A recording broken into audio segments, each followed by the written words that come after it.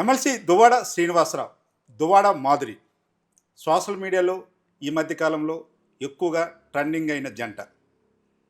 మొదట కుటుంబ తగాదాల నేపథ్యంలో ట్రెండింగ్ అయితే తర్వాత వ్యాపార వృత్యా ఇంకా కాస్త ట్రెండింగ్ అయిన పరిస్థితి. అయితే ఈ నేపథ్యంలో ఈ మధ్యకాలంలో సినీ రంగ ప్రవేశం కూడా కొత్తగా చేశారు. అసలేంటి దువ్వాడ శ్రీనివాసరావు, దువ్వాడ మాధురి వాళ్ళ లైఫ్ స్టైల్ చూస్తుంటే ఒక సినిమాని తలపిస్తున్న పరిస్థితి. ఇప్పుడు సినీ రంగంలోకి ప్రవేశించారు. అసలు సినీ రంగ ప్రవేశం, రాజకీయం, వ్యాపారం ఎలా ఒక తోవలో తీసుకెళ్తున్న పరిస్థితి. వాళ్ళతో మాట్లాడే ప్రయత్నం చేద్దాం. సార్ నమస్తే సార్. నమస్కారం. సార్, ఇంతవరకు రాజకీయాలు, కుటుంబ తగాదాలు, వ్యాపారాలు, ఇప్పుడు సినీ రంగ ప్రవేశం. ఏంటి సార్ మీ లైఫ్ జర్నీ? జీవితం అన్నాక మళ్ళీ మళ్ళీ పుట్టాం. ఈ జన్మలో కలెక్టర్, వచ్చే జన్మలో పొలిటీషియన్, మరో జన్మలో నటుడు, మరో జన్మలో వ్యాపారవేత్త అవడానికి. ఒకటే జన్మ, పుట్టిన నుంచి పోయే వరకు. ఈ జన్మలో వీలైనన్ని చేద్దామండి, తప్పే ఉంది. వ్యాపారం అన్నది నాకు ప్యాషన్. నాది ఎప్పుడు మైన్స్ బిజినెస్, నాది గ్రానైట్స్. ఇప్పుడు టెక్స్టైల్స్లోకి వచ్చాను. ఏదో ఒక బిజినెస్ ఎప్పుడు నాకు ఉంటుంది. ఇక రాజకీయం, అది మా రక్తం, అది ఇంకా తప్పదు. జీవితాంతం రాజకీయం ఉన్నంత వరకు ఉంటుంది. సినిమా రంగం అంటే చిన్నప్పటి నుంచి కూడా ఎందుకో నాకు క్యారెక్టర్స్ వేయటం, నాటకాలు వేయటం, ఇవన్నీ చిన్నప్పటి నుంచి నాకు ఇంట్రెస్ట్ ఉంది. ఆ ఇంట్రెస్ట్ కారణంగా నాకు అవకాశాలు పెద్దగా రాలేదు. దాన్ని మరి నేను పెద్దగా దృష్టి కూడా పెట్టలేదు. కానీ ఎందుకో ఈ మధ్యకాలంలో అవకాశాలు వచ్చాయి. మాధురి చీన్ టపాక్ డుమ్ డుమ్ అనే ఓ చిత్రంలో మంచి క్యారెక్టర్ తను చేసింది. చాలా బాగుంటుంది ఆ సినిమా. హాస్యభరితమైన సినిమా, చిన్నపాటి హర్రర్ కూడా ఉంటుంది. ప్రేక్షకులు ఆద్యాంతం చాలా ఎంజాయ్ చేస్తారు. అలాగే నేను మాధురి కలిపి మరో సినిమాలో కూడా నటిస్తున్నాం. అది పలానా వారి అబ్బాయి అని. అది ఆల్రెడీ షూటింగ్ కొంతవరకు అయింది. ఇంకా మిగతా షెడ్యూల్స్ ఉన్నాయి. ఇంకా మిగతా పాత్ర కూడా క్లియర్ చేయవలసినటువంటి అవసరం ఉంది ఇంకో షెడ్యూల్లో.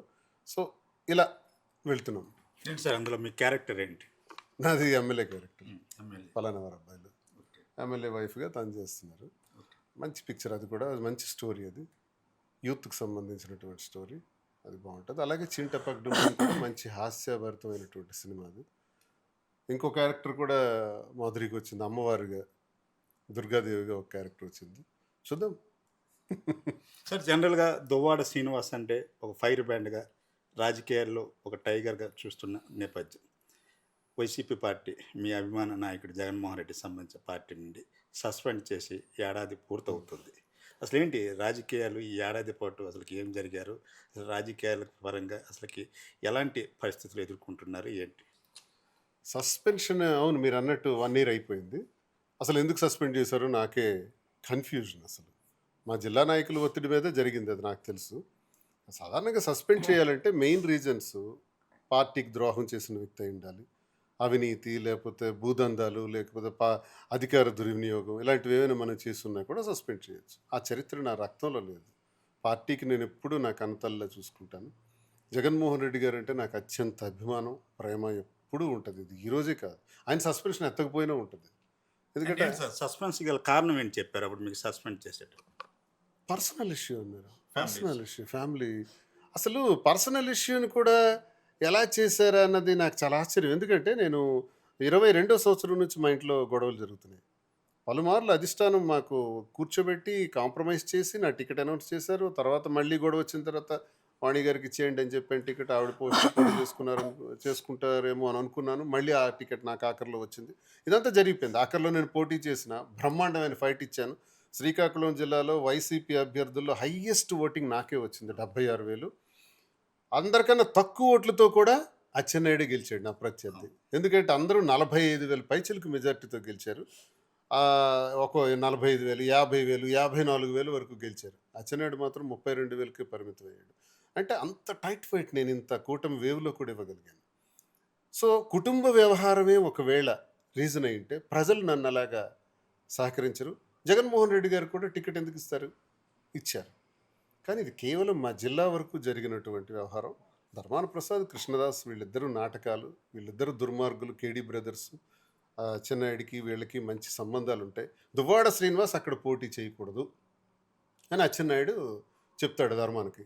దువ్వాడ శ్రీని లేకపోతే నేను ఎవరినైనా ఎగరేస్తాను అన్నది అచ్చెన్నాయుడు ప్లాన్. మరి నాకేం చేస్తావు? నీ ప్లేస్లో నేను గుండప్పల సూర్యనారాయణకి టికెట్ ఇవ్వను, గుండె లక్ష్మికి ఇవ్వను, ఎవరికో ఒకరికి ఇస్తాను అంటే ఎవరో ఒక సామాన్యమైన సర్పంచ్ అభ్యర్థిని తెచ్చిపెట్టారు.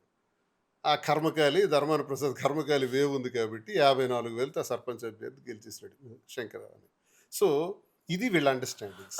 సార్ ఇప్పుడు ప్రధానంగా చూసుకుంటే ఇప్పుడు మీరు మళ్ళా సీన్లోనికి వచ్చారు. ఎందుకంటున్నానంటే టీవీకే పార్టీ విజయ్. విజయ్కి సంబంధించిన పరిస్థితులు, మీ పరిస్థితులు సేమ్ టు సేమ్ ఒకటే. ఎందుకంటే ఎన్నికల ముందు విజయ్ భార్య డైవర్స్ సంబంధించి కానీ, విజయ్కి త్రిషకి మధ్య సంబంధాలను కానీ బయట పెట్టడం కానీ, ఈ ఇష్యూస్ అన్నీ జరిగాయి. కానీ ప్రజలు అవన్నీ పట్టించుకోలేదు. ఈరోజు విజయ్ అత్యధిక స్థానాలు గెలుచుకొని ముఖ్యమంత్రి సీట్లో కూడా కూర్చున్న పరిస్థితి ఉంది. మరి కుటుంబ నేపథ్యం మీద మేము సస్పెండ్ చేస్తే మరి విజయ్ని ప్రజలు ఆమోదించారు. అలా మీకు కూడా ప్రజల నుంచి ఇప్పుడు రాజకీయంగా అండదండలు ఉన్నవి ప్రజలు కూడా ఆమోదిస్తున్నారు. మరి ఇదెందుకు అధిష్టానం గమనించలేకపోతుంది? అసలు దీన్ని అసలు మీరు ఏమంటారు? టీవీకే విజయాన్ని మీరు ఎలా చూస్తారు? అంటే సేమ్ పొజిషన్లో ఉన్నారు కాబట్టి. ఒక్క భావ సారూప్యం ఇక్కడ కనపడుతుంది. ఇక్కడ అతనికి విజయ్ గారికి ఇప్పుడు ముఖ్యమంత్రిగా వారు ఆ స్థాయికి వెళ్ళబోతున్నారు. ఇక్కడ పర్సనల్ ఇష్యూస్ని బేస్ చేసి సస్పెండ్ చేయడం అన్నది తప్పు, 100% తప్పు. పర్సనల్ ఇష్యూస్కి వెళ్తే ఒక్క రాజకీయ నాయకుడు బతకడు ఈ దేశంలో. ఎవడికి పర్సనల్ ఇష్యూస్ లేవు? ఆ పర్సనల్ ఇష్యూస్ లేనటువంటి నాయకుడు ఎవరు నాకు ఒకసారి చూపెడితే కూడా బాగుంది. చూస్తే వాడికి సాష్టాంగ ప్రణామం చేయాలని నాకు అందరికీ ఉన్నాయి. అందరు షర్ట్లు ఇప్పితే ఇన్ని మచ్చలే. నన్ను పర్సనల్ ఇష్యూ మీద పెట్టి కారణం చేసి సస్పెండ్ చేశారు. నేను ఏ తప్పు చేయలేదు, అలాంటిది నన్ను చేశారు. పర్సనల్ ఇష్యూ కారణమైనప్పుడు ఇప్పుడు మీరు చెప్పింది చాలా విచిత్రం. నిజంగా నేను కూడా అనుకున్నాను. నేను సేమ్ టు సేమ్ మా ఇంటిలో ఎలాంటి గొడవ జరిగిందో విజయ్ గారి ఇంట్లో కూడా అదే గొడవ జరిగింది. వారి వైఫ్ కూడా ఏదో గొడవ పట్టడం, ఆస్తులు ఈ వ్యవహారాల్లో గొడవ పట్టడం, కోర్టులకు ఎక్కడం, డివోర్స్ పిటిషన్స్ వేసుకోవటం, ఆఖరికి ఆయన కూడా ఎన్నికలకి ఇంకా పోలింగ్ డేకి ముందు రోజు కూడా కోర్టులకు పలుమార్లు సార్లు వెళ్ళటం, ఆయన కూడా త్రిషాతో సంబంధాలు ఉన్నాయని ఏదో ఆరోపణలు వస్తే ఇది ఆరోపణ కాదు నిజమే అన్నట్టు మరి వారు కూడా ఒక ఫంక్షన్లో త్రిషాతో కలిసి ఓపెన్గా తిరగటం. సేమ్ టు సేమ్ మాదైతే జరిగింది. మీ కథలాగే ఉంది. అదే మా ఇంటి దగ్గర గొడవలు జరగటం, కేవలం ఎమ్మెల్యే హోదా కోసం, టికెట్ల కోసం, వీటి కోసం గొడవలు జరగటం. ఆ గొడవలన్నింటికి మాధురి మీద చెప్పి ఆరోపణలు రావటం, మాధురి మీద వచ్చిన ఆరోపణలకి ఎస్ నిజమే, మేమేం అబద్ధం చెప్పాల్సిన అవసరం లేదు. మా కుటుంబంలో జరిగినటువంటి రచ్చ 4 గోళ్ల మధ్య చర్చలు జరుగుని సర్దుబాటు చేసుకుని ఉంటే అయిపోయి ఉండేది. అలా జరగలేదు. రోడ్డుకి ఎక్కారు. రోడ్డుకి ఎక్కిన తర్వాత ఇంకా మా నిర్ణయం జనానికి చెప్పాం. జనం ఈరోజు సహకరించారు. ఇందులో తప్పేం లేదు. మరి శ్రీనివాసుల నిర్ణయం తీసుకున్నారు. అందరికీ ఎవరికి ఇబ్బందులు లేకుండా ఆయన చూసుకుంటున్నారు అన్నది ఈరోజు జనం తెలంగాణలో కానీ, ఆంధ్రప్రదేశ్లో కానీ, మేము వ్యాపార రంగంలో మాకు వాళ్ళు ఇస్తున్న సహకారం, వాళ్ళు ఇస్తున్నటువంటి సపోర్ట్, పబ్లిక్ సపోర్ట్ బ్రహ్మాండంగా. అసలు మొదటి సంవత్సరంలోనే వ్యాపారం బ్రహ్మాండంగా చేసాం. చాలా మంచి టర్న్ ఓవర్ చేసాం. ఇది ఒక విజయం. పొలిటికల్గా కూడా ఎక్కడికి వెళ్ళినా సరే మీరిద్దరు కలిసి రండి అంటున్నారు. మేమిద్దరు పొరపాటు నేను ఒక్కడిని వెళ్ళినా సరే మాధురి గారు రాలేదండి. మాధురి వెళ్ళదనుకోండి అక్కడికి, ఒకవేళ వెళ్ళినా సార్ రాలేదా అని అడుగుతారు.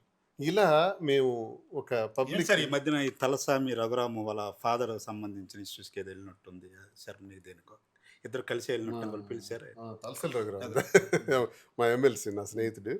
ఆయన ఫాదర్ నిర్యాణం చెందినప్పుడు నేను వెళ్ళాను. మాధురిని కూడా వాళ్ళు పిలిచారు. మేడంని కూడా రమ్మనండి అన్నారు. గౌరవంగా వెళ్ళాం. మా బ్రదర్, నాకు సోదరుడు లాంటి రఘు చక్కగా మాకు సహకరించి గౌరవించి, నాకు రఘులో చూస్తే గొప్ప విషయం ఏమనిపించిందంటే, పార్టీలో అందరూ కొంతమంది మా జిల్లా నుంచి కొంతమంది, పర్టికులర్లీ ధర్మాన ప్రసాద్, కృష్ణదాసు పెద్ద ఆక్షేపణ చేసి ఇది తప్పు, అన్యాయం, ఘోరం అని అంటుంటే, లేదు ఇది ఎవరి జీవితాల్లో వాళ్ళకు ఉంటాయి, ఎవరి పర్సనల్ విషయాలకు ఉంటుందని రఘు నిరూపించే విధంగా మాకు ఆహ్వానించి గౌరవించి పంపించాడు తలసల రఘు. మా ఒక సోదరుడిగా నేను ఆయనకు అభినందిస్తాను. అలాగే ఈరోజు తమిళనాడు ప్రజలు కూడా ఈ విషయాన్ని అసలు పట్టించుకోవాలి. ఆయనకు బ్రహ్మాండమైన మ్యాండేట్ ఇచ్చి ఆయన ముఖ్యమంత్రి అయ్యే దిశకి మొదటిసారిలోనే రామారావు గారితో పోల్చుకోవచ్చు అన్నది జరుగుతుంది దేశంలో చర్చ. బీజేపీ 2 రాష్ట్రాల్లో గెలిచిన చర్చ లేదు. చర్చ అంతా విజయ్ గారి మీద జరుగుతుంది. మరి చాలా ఆయనకి పర్సనల్ ఇష్యూ ప్రభావం చూపించాల. పర్సనల్ ఇష్యూకి రాజకీయాలకి సంబంధం లేదు. విజయ్ కొత్త పార్టీ పెట్టి ఇలాగ ఇంత ఘన విజయం సాధించడం, రేపు ఏమైనా దువ్వాడ శ్రీనివాస్ కూడా ఇదే విధంగా కొత్త పార్టీ వైపు అడుగులు వేసే పరిస్థితి ఉంది అంటే, అట్లీస్ట్ ఆంధ్రప్రదేశ్ కాకపోయినా ఉత్తరాంధ్ర వరకు అని ఏమైనా ప్రభావితం చేసే ఉంది ఈ ఇన్స్పిరేషన్గా తీసుకొని? పార్టీలు అవన్నీ నేను చెప్పలేను కానండి, నా వాయిస్ అయితే మాత్రం గట్టిగా మాట్లాడతాను. నా వాయిస్తో ప్రజా సమస్యల పైన గొంతెత్తి మాట్లాడతాను, గట్టిగా మాట్లాడతాను. ఎంతటి వాడైనా సరే, I don't care, I don't bother, I will question. ప్రజల కోసం నేను ఖచ్చితంగా మాట్లాడతాను. ఉత్తరాంధ్రయే కాదు, ఆంధ్రప్రదేశ్లో కూడా ఏ మారుమూల గ్రామంలో ఎక్కడ ఏం జరిగినా సరే ఆ నష్టం మీద నేను స్పందిస్తాను, రియాక్ట్ అవుతాను, ప్రభుత్వాన్ని ప్రశ్నిస్తాను, ఎంతటి నాయకుడినైనా ప్రశ్నిస్తాను. ఇది నా లైఫ్ టైం డెసిషన్. దీనికి పార్టీ వెనక ఉండాలి, పార్టీ ఉంటేనే అవుద్ది. ఈరోజు నేను ఒంటరిగా ఉన్నాను. అచ్చెన్నాయుడితో ఛాలెంజ్ చేసి మాట్లాడుతున్నాను. దమ్ముంటే ఏ, పోర్టు నేనే 70% పూర్తి చేశాను. జగన్మోహన్ రెడ్డి గారు నాకు అన్ని బాధ్యతలు ఒప్పచెప్పిన తర్వాత నేనే దగ్గరుండి మూలపేట పోర్టు కొబ్బరికాయ కొట్టిన దగ్గర నుంచి 70% పూర్తి చేసి ఎక్కడ మచ్చ లేకుండా దాన్ని నిజాయితీగా పూర్తి చేసుకుంటూ వచ్చాం. దమ్ముంటే ఇప్పుడు అచ్చెన్నాయుడు చేతిలోనే ఫైల్స్ ఉన్నాయి, పోర్టు కూడా ఉంది. వాడికి ఒక్క ఆరోపణ నాకు చేయమనండి. దమ్ముంటే నా మీద ఒక్కటి చెప్పమనండి. నా నిజాయితీ ఏంటో వాళ్ళకి తెలుసు. అంత నిజాయితీగా చేశాను కాబట్టి ఈరోజు ప్రజలు మాకు ఆదరిస్తున్నారు. ఏ గ్రామానికి వెళ్ళినా, ఏ ప్రాంతానికి వెళ్ళినా, మేమున్నామన్నా, మీకు పార్టీతో సంబంధం లేదు, నువ్వు నిలబడన్నా, మేము ఉన్నాం మీకు. ఇప్పుడు కొత్తగా అంటున్నారు విజయ్ గారికి త్రిష గారు ఉన్నారు, మీకు మాధురి గారు ఉన్నారు. ఈ రోజు నేను చూశాను కొన్ని కార్యక్రమాలకు వెళ్తే, ఆ కంపేర్ చేస్తూ మరీ చెప్తున్నారు. ఎలా అనిపిస్తుంది సార్ మీకు ఈ విధంగా కంపెనీ చేయడం? అంటే విజయ్ అంతే పెద్ద స్టారు, ఈరోజు ముఖ్యమంత్రి, ఒక సొంతంగా ఒక పార్టీ పెట్టాడు, అక్కడున్న ద్రవిడ్ పాలిటిక్స్ని పూర్తిగా పునాదులతో కదిపేసిన పరిస్థితి. వాళ్ళతో మిమ్మల్ని కంపేర్ చేస్తుంది ఎలా అనిపిస్తుంది? అంటే విజయ్ గారితో మనం పోల్చుకోకూడదు. ఎందుకంటే ఆయన ఒక పెద్ద ఫిల్మ్ స్టారు. ఒక 70 సినిమాల వరకు తీశారు. చిన్న వయసులోనే పేరు ప్రఖ్యాతులు సంపాదించుకున్నాడు. మాది రాజకీయ ఫీల్డు, మా ఫీల్డ్ వేరు, ఆయన వేరు. ఆయనతో పోల్చుకొని మాట్లాడటం కాదు ఇక్కడ, అది దయచేసి అర్థం చేసుకోవాలి. ఇన్సిడెంట్ ఆయన కుటుంబంలో, ఆయన వ్యక్తిగత జీవితంలో జరిగిన ఇన్సిడెంట్స్, మాకు వ్యక్తిగత జీవితంలో జరిగిన ఇన్సిడెంట్స్ సమానంగా కనపడుతున్నాయి. ఆయన రాజకీయాల్లోకి వచ్చారు, నేను రాజకీయాల్లోకి వచ్చాను కాబట్టి 10 మంది మాట్లాడుకుంటున్నారు. సో ఒక రకంగా చూస్తే విజయ్ అన్నది ఒక వండర్ఫుల్ విక్టరీ. ఆయన చేసినటువంటి విజయం రామారావు గారితో పోల్చుతున్నారు చూసారా మీరు. 2 రాష్ట్రాల్లో కూడా తమిళనాడు కానీ, తెలంగాణ కానీ, ఆంధ్రప్రదేశ్ కానీ, ఈ 3 రాష్ట్రాల చరిత్రను ఒక్కసారి ఆలోచించుకుంటే ఎంతమంది ముఖ్యమంత్రులు వచ్చారు, తమిళనాడులో ఎంతమంది ముఖ్యమంత్రులు వచ్చారు, వారెవరితో పోల్చట్లా, రామారావు గారితో పోల్చుతున్నారు. అంటే రామారావు గారు పార్టీ పెట్టి 9 నెలల్లో ఒంటి చేత్తో అఖండ విజయాన్ని సాధించినటువంటి మహానుభావుడు. అలాగే విజయ్ కూడా ఒక గొప్ప విజయాన్ని సాధించారు అని చెప్తున్నారంటే విజయ్ తాలూకా కాన్ఫిడెన్స్ నాకు నచ్చింది. నేనవుతాను అని ముందు రోజు నుంచి చెప్తున్నాడు. అడవిలో జాకాల్స్ ఉంటాయి, నక్కలు ఉంటాయి, ఏరు పారేస్తానని అన్నాడు. సింహాందే రాజ్యం అని చెప్పాడు. నాకు చాలా బాగా నచ్చింది. అది సినిమా డైలాగ్ కాదు, నిజ జీవితంలో కూడా రుజువు చేసి చూపించాడు. విజయ్ గారిని చూసి చాలామంది నేర్చుకోవాలి, యూత్ కూడా నేర్చుకోవాలి. ఒక మధ్యతరగతి కుటుంబం నుంచి వచ్చి అన్ని సినిమాలు చేసి ఈరోజు తమిళనాడు చీఫ్ మినిస్టర్ అంటే ఆషామాషి వ్యవహారం కాదు. సౌత్ ఇండియాలో ఒక గొప్ప రాష్ట్రం అది.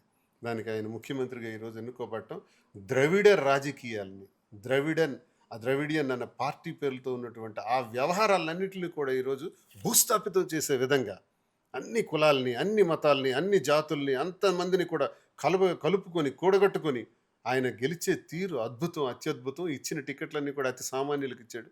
అతి సామాన్యులు కారు డ్రైవర్ బిడ్డకు కూడా ఇచ్చాడు. ఇలాగ చాలామందికి కూడా ఆయన ఇచ్చిన విధానం ఇదంతా నాకు నచ్చింది. విజయ్ గారు అలాంటి యూత్ రావాలి. అలాంటి యూత్ రావటం వల్ల మంచి జరుగుతుంది. మంచి ఆలోచనలతో ఆయన వచ్చాడు. సినిమాలు నటించుకుంటే లైఫ్ వెళ్ళిపోద్ది. 60 సినిమా 70 సినిమాలు చేశాడు, ఇంకా లైఫ్ ఉంది. కానీ అవన్నీ చేయలే ఆయన. ప్రజలకు ఏదో సేవ చేయాలని వచ్చాడు. చాలా గొప్ప విషయం. Vijay is the role model for the youth of South India, not only South India, North India also.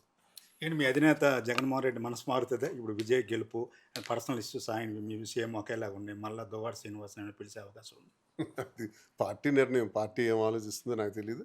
నాకైతే అతని మీద ఎప్పుడు ప్రేమాభిమానాలు, గౌరవం ఉంటుంది. మరి సస్పెన్షన్ ఎత్తుతారు, మళ్ళీ ఆయన నాకు పూర్వస్థితి ఇస్తే మంచిది. ఇవ్వకపోయినా దువ్వాడ శ్రీనివాస్ అనేవాడు ఆగడు. ఈ యుద్ధం నేను ఏ పార్టీ లేనప్పుడే పవర్ ప్లాంట్ పోరాటాలు చేసి పవర్ ప్లాంట్ని తరిమి కొట్టినండి. ఈ జిల్లాలో మంత్రులు, ఎమ్మెల్యేలు అందరికీ వ్యతిరేకంగా పోరాడి ఆ పవర్ ప్లాంట్ని తరిమి కొట్టాను. ఇప్పుడు నాకు ఎంత పని ఇది. కాబట్టి దువ్వాడ శ్రీనివాస్ ఎప్పుడు యాక్టివ్గా పాలిటిక్స్లో ఉంటాడు. ఈ టెక్కల్ నియోజకవర్గం విడిచిపెట్టాడు, టెక్కల్ ప్రజలతోనే ఉంటాడు. తప్పకుండా బరిలో ఉంటాడు.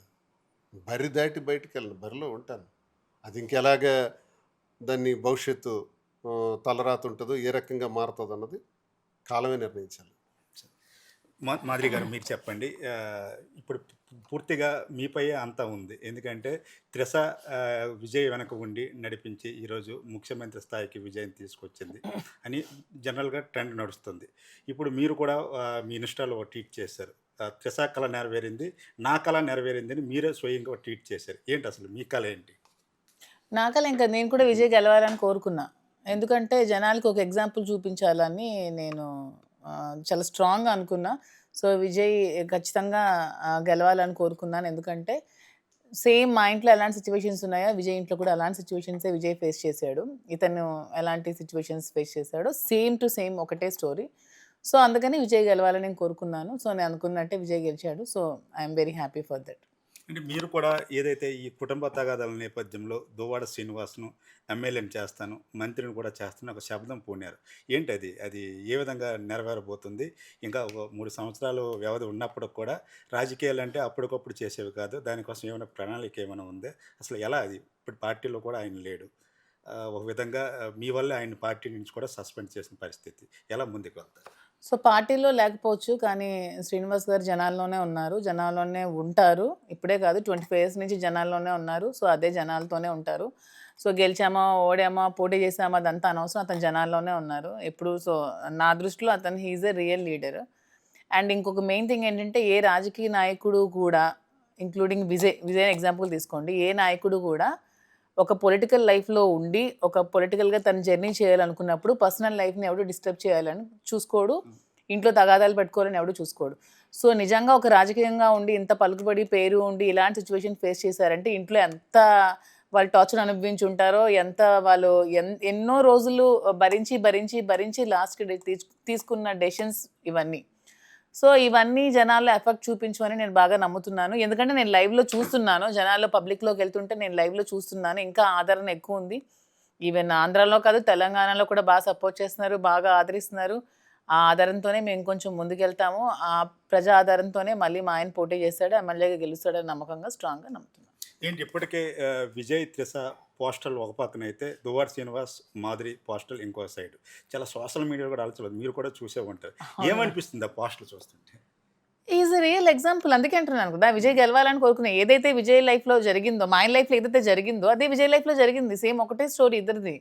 సో, విజయ్ ఒక హీరోగా వచ్చారు. ఇతను పొలిటికల్ సైడ్ నుంచి 25 ఇయర్స్ నుంచి పొలిటికల్‌గానే ఉన్నారు. రాజకీయంగానే వచ్చారు. ఒకటే రెండే డిఫరెన్స్ ఏంటంటే అతను సినీ ఇండస్ట్రీ నుంచి వచ్చారు. ఇతను రాజకీయంగా వచ్చారు. అంతే. అంతకు మించి ఇంకేం తేడా కూడా లేదు. సో, అందుకనే మేబీ సోషల్ మీడియాలో అది చూపిస్తున్నారేమో. నాకైతే స్ట్రాంగ్‌గా నేను కూడా నమ్ముతున్నాను. విజయ్ ఏ విధంగా జనాదరణ పొంది గెలిచాడో అలాగే దువ్వాడ శ్రీనివాస్ కూడా ప్రజాదరణతో మళ్ళీ చక్కగా గెలుస్తారని నేను నమ్ముతున్నాను. అంటే మీరు కూడా ఇప్పుడు సినిమా రంగానికి సంబంధించిన వ్యక్తులే. ఎందుకంటే మీరు కూడా సినిమాల్లో యాక్ట్ చేస్తున్నారు. ఈ యాక్టింగ్ అనేది కొనసాగుతూ రాజకీయాలు కంటిన్యూ చేస్తారా? ఏంటి అసలు? ఖచ్చితంగా మేము వ్యాపారాలు చేస్తాము. వ్యాపారం చేస్తుంది రాజకీయం కోసమే. ఎందుకంటే రోజు మీ ఇంట్లో తలుపు తెరిస్తే రోజుకొక 10-20 మందైనా ఇంటికి సహాయం కోసం మా దగ్గరికి వస్తూ ఉంటారు.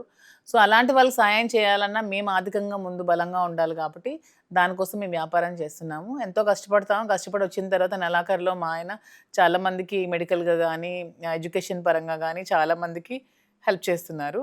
సో, మేము దానికోసమే వ్యాపారం చేస్తున్నాం. సెకండరీగా మూవీస్ అనేది నాకు ప్యాషన్, అది ఇంట్రెస్ట్. సో, దానికి తగ్గట్టు ఆఫ్టర్ 'బిగ్ బాస్' నాకు మూవీ ఛాన్సెస్ వచ్చాయి. వచ్చినప్పుడు ఒక మంచి క్యారెక్టర్‌తో వచ్చారు మూవీలో.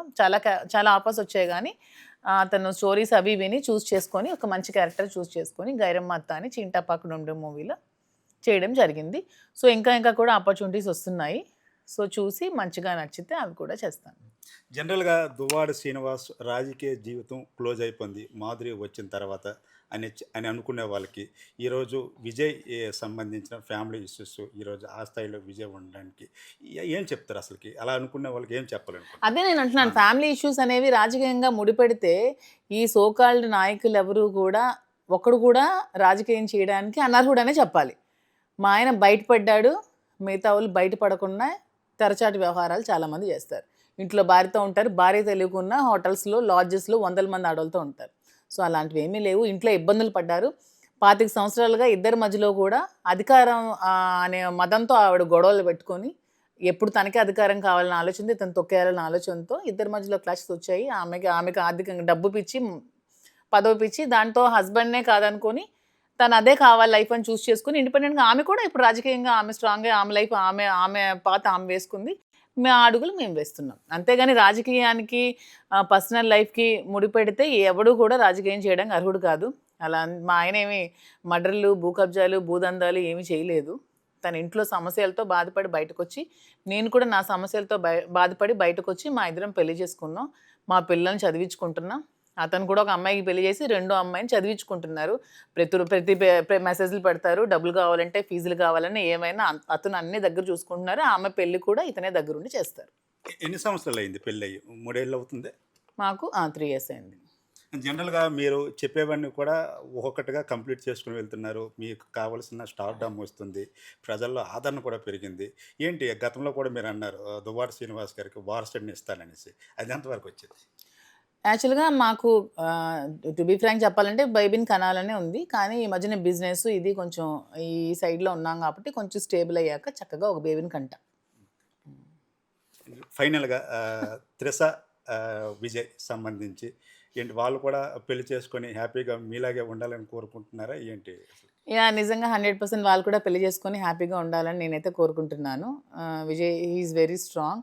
నిజంగా విజయ్ చాలా మందికి ఎగ్జాంపుల్. అంటే రాజకీయం చేయాలంటే పెద్ద పెద్ద తెలిసినోళ్ళే నాయకులే కాదు, ఎలాంటి వాళ్ళైనా రాజకీయంలోకి రావచ్చు అనే ఒక ఎగ్జాంపుల్ చూపించి తన కార్ డ్రైవర్ కూడా సీట్ ఇచ్చి ఒక ఎమ్మెల్యేని చేసిన అసలు కొత్త తరాన్ని, కొత్త ట్రెండ్‌ని సృష్టించాడు. సో నా దృష్టిలో కూడా ఇంకా ఓల్డ్ పీపుల్ ఈ 70, 80లు రాజకీయాల్లో కాకుండా యంగ్స్టర్స్ చాలామంది రాజకీయంలో కావాలి. మా జిల్లాలో ఇంకా 75, 80 సంవత్సరాలు పెట్టుకొని ఇంకా రాజకీయాలు చేస్తూ ఉంటారు. ఆ ఏజ్ వచ్చాక మైండ్ అనేది ఇంకా చిన్న, అంటే మళ్ళీ సెకండ్ ఇన్ఫాంట్ స్టేజ్ అంటారు ఆఫ్టర్ 70. సో వాళ్ళ మైండ్ ఆలోచన శక్తి చాలా తక్కువ ఉంటుంది. సో యూత్‌కి అవకాశాలు ఇస్తే సో వాళ్ళు చక్కగా మన దీన్ని నడిపిస్తారని నేను నమ్ముతున్నాను. అండ్ మహిళలు కూడా బాగా అవకాశాలు రావాలి. ఒక ఇంటిని ఎంతో చక్కబెడతారు లేడీస్. సో ఇంకా మన రాష్ట్రాన్ని ఇంకా బాగా చక్కబెడతారు కాబట్టి మహిళలు కూడా మంచి మంచి అవకాశాలు రావాలని కోరుకుంటున్నాను. త్రిషని గాని, విజయ్‌ని గాని కలిసే అవకాశాలు ఉన్నావా ఇద్దరుని ఎప్పుడైనా? అలా ఏం లేదు. ఎప్పుడైనా అవకాశం ఉంటే కలుస్తాం. కలుస్తారు. యాహ్! విజయ్ అయితే మాకు మంచి రోల్ మోడల్. విన్నారు కదా ఎమ్మెల్సీ దువ్వాడ శ్రీనివాస్ మాదిరి తాలూకా మాటలను. వ్యక్తిగతం వేరు, రాజకీయాలే వేరు. విజయ్ విజయం అనేది తమకు ఎంతో సంతోషాన్ని ఇచ్చిందని, విజయ్ త్రిష తాముకు కూడా ఆదర్శంగా నిలుస్తున్నారని, అవకాశం ఉంటే త్రిషని విజయ్ని కూడా కలిసి వాళ్ళకి శుభాకాంక్షలు తెలుపుతామని ఎమ్మెల్సీ దువ్వాడ శ్రీనివాస్ మాదిరి చెప్తున్న పరిస్థితి కనిపిస్తుంది. Over to studio.